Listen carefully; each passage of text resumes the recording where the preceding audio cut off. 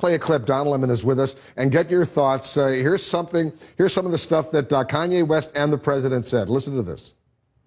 If he don't look good, we don't look good. This is our president.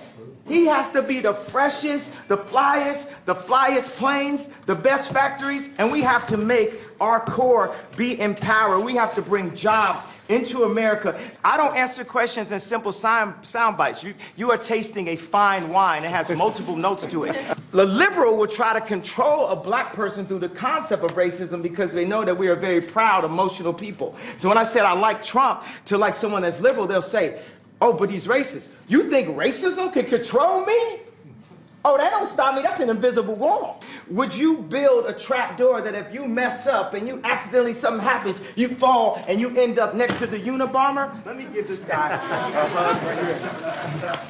I love this guy right here. Yeah. Come here. Yeah. He did most of the talking in the Oval Office. Don, what did you think? Wolf,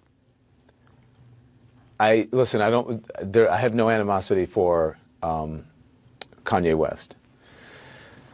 I'm just going to be honest, and I may get in a lot of trouble for it. I actually feel bad for him. What I saw was a minstrel show today. Him in front of all of these white people, mostly white people, embarrassing himself and embarrassing Americans, but mostly African Americans, because every one of them is sitting either at home or with their phones watching this, cringing. I couldn't even watch it. I had to turn the television off because it was so hard to watch.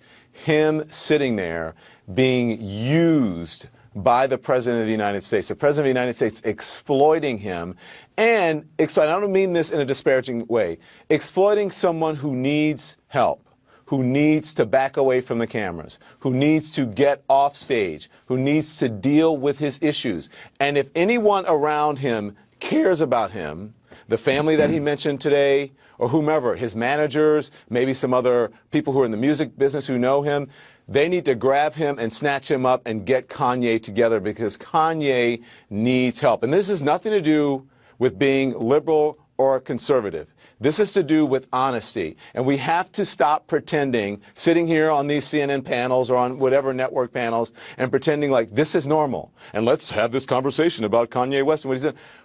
Who cares? Why are you sending cameras to the Oval Office for Kanye West? Did you send cameras to the Oval Office and carry it live when Common visited the White House? Common visited the White House and did a beautiful poem, spoken word.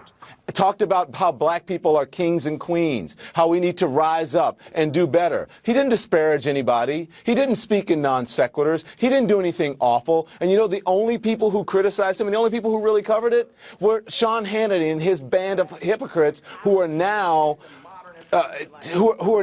applauding Kanye West, the same people that many in that group called the N-word because of Taylor Swift and because of George Bush. And now all of a sudden, he is the person who represents the African-American community. He doesn't. We need to take the cameras away from Kanye and from a lot of this craziness that happens in the White House, because it is not normal, and we need to stop sitting here pretending that it's normal. This was an embarrassment. Kanye's mother is rolling over in her grave. I spoke to one of her friends today, or texted with one of her friends today from Chicago, Donda's friends. I used to live there. I know him. She said Donda would be embarrassed by this. She would be terribly disturbed by this. And Kanye has not been the same since his mother died. He kept talking today about, I put the hat on and the hat made me feel strong, and wearing a cape. He needs a father figure. He needs someone to help him and to guide him, and he needs a hug more than anything.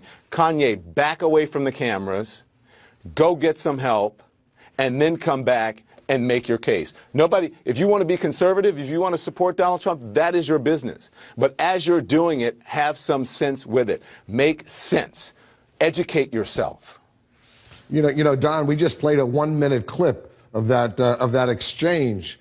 But it really went on for more than half an hour if you watch the whole thing. Talking about hydrogen, the last time we really talked about hydrogen, seriously, you remember that? The Hindenburg. So, Kanye, come on, man. Like, stop embarrassing yourself. And it's not even that. We're doing it because everyone wants to watch him. We're watching someone's demise in front of our eyes. and the president as well. The office is sacred. Can you imagine if President Barack Obama had Kanye West or any rapper or any person, entertainer in the Oval Office who said MF? Can you imagine? Everybody's heads would be exploding, not just over at Fox News, not just the conservatives. Everybody's heads would be exploding, saying, what's happening? And this is not the first time that Donald Trump has denigrated that office. He brought Ted Nugent in, who said some very disparaging things about the former president. And you Google it, and you'll see. Had him there in the Oval Office. So this is not the first time that he's had someone that denigrates that office, that didn't live up to the respect of that office in there. And today was another example of that. He is disrespecting the Oval Office more than Kanye did because he invited Kanye in and exploited it.